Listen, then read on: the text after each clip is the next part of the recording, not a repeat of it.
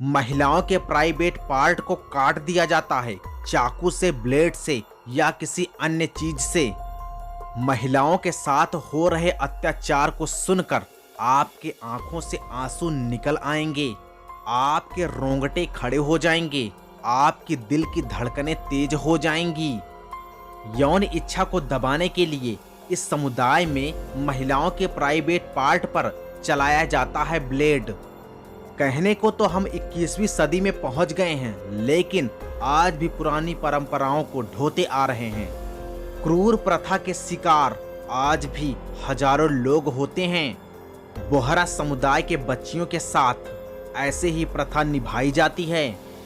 उनके private part पर बचपन में ही ब्लेड चला दिया जाता है।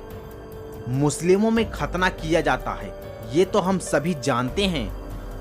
ज्यादातर लोगों को पता है कि खतना सिर्फ और सिर्फ पुरुषों का होता है, लेकिन बोहरा मुस्लिम समुदाय में खतना लड़कियों का भी किया जाता है। बचपन में ही उन्हें वो दर्द दिया जाता है जिसे सुनने के बाद आप कांप उठेंगे। तो सोचिए उन पर क्या गुजरती होगी। उनसे पूछे बिना उनके प्राइवेट पार्ट पर ब्लेड चला दिया जाता है। इस दर्द को, इस पीड़ा को वो किसी और के साथ बयां भी नहीं कर सकती, लेकिन ताउम्र उस दर्द का एहसास उन्हें रहता है। खतना की गई कुछ लड़कियों का मानना है कि वो संबंध बनाने का पूरा एंजॉय नहीं कर पाती। खतने में पुरुषों के या महिलाओं के जननांगों के एक हिस्से को काट दिया जाता है। महिलाओं के खतने को अंग्रेजी में फीमेल जेनिटल म्यूटिलेशन कहा जाता है। आम तौर पर इस प्रोसेस में वजाइना के क्लिटोरिस खुद को एक तीखे ब्लेड से अलग कर दिया जाता है। भारत में यही प्रोसेस बोहरा समाज की महिलाएं अपनाती हैं। जितने भी मुस्लिम कंट्री हैं वहां पर खतना की प्रथा चल रही है। हालांकि कई मुल्कों में इसे बैन कर दिया गया है। इसके बावजूद इस प्रथा को लोग चोरी छुपके निभा रहे हैं। बीबीसी रिपोर्ट की माने तो साल 2008 में मिस्र की महिलाओं का खतना बैन कर दिया गया था, लेकिन अभी भी इस देश में सबसे ज्यादा खतना होते हैं। संबंध बनाने की इच्छा को दबाने, पवित्रता और शादी के लिए तैयार होने के नाम पर खतना किया जाता है।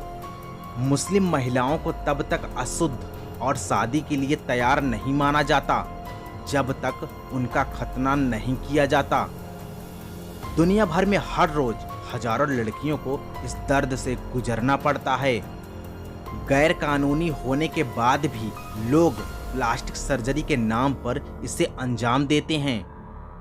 हालांकि मिस्र जैसे देश में जो डॉक्टर खतना करता है उसे 7 साल की सजा हो सकती है, और जो परिवार अपने बच्चियों के साथ इसे अंजाम दे रहा है उसे 3 साल की सजा हो सकती है। इतना ही नहीं, कई संगठन हैं जो इसके खिलाफ काम कर रहे हैं और बच्चियों को न्याय दिलाने का काम कर रही है। बीबीसी से मानव अधिकार वकील रेडा एल्डन बुकी, जो काहिरा के women centre for guidance and legal awareness यानी WCGLA के अध्यक्ष हैं, उन्होंने बताया कि इस प्रथा का पालन अक्सर प्लास्टिक सर्जरी के आड़ में किया जाता है। महिलाओं की ओर से दायर 3000 मामलों में 6 खतना से जुड़े मामले थे, जिसे जीते, और उनका कहना है कि कानून भले ही बदल गया हो, लेकिन इंसाफ पाना अभी आसान नहीं है।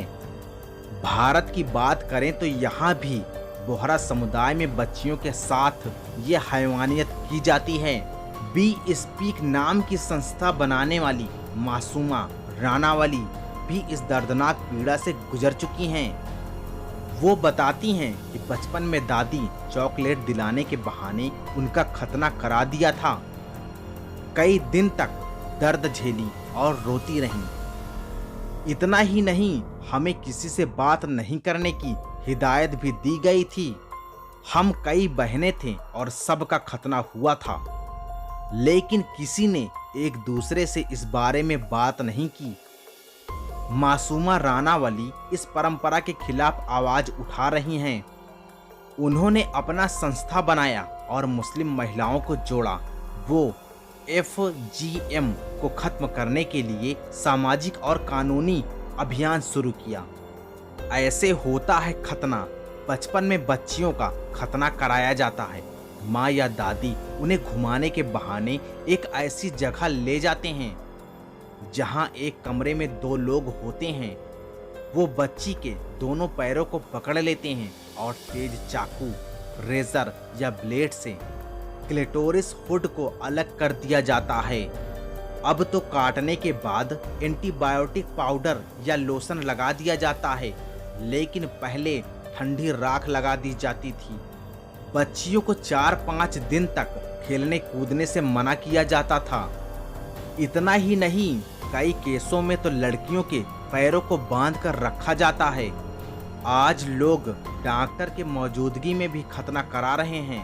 कई केस में तो बच्चियों की जान भी चली जाती है। यूनाइटेड नेशन में दिसंबर 2012 में एक प्रस्ताव पेश किया गया था जिसमें FMG यानी महिलाओं के खतने को दुनिया भर से खत्म करना था। खतना महिलाओं के मानव अधिकार का उल्लंघन है। ये जानकारी आपको कैसी लगी और आप इसके विषय में क्या कहना चाहते हैं, कमेंट के माध्यम से जरूर बताएं। वीडियो को लाइक कर दें। चैनल पे नए हैं तो आप इस चैनल को सब्सक्राइब करके बेल आइकन जरूर दबाएं। जय हिंद, जय भारत।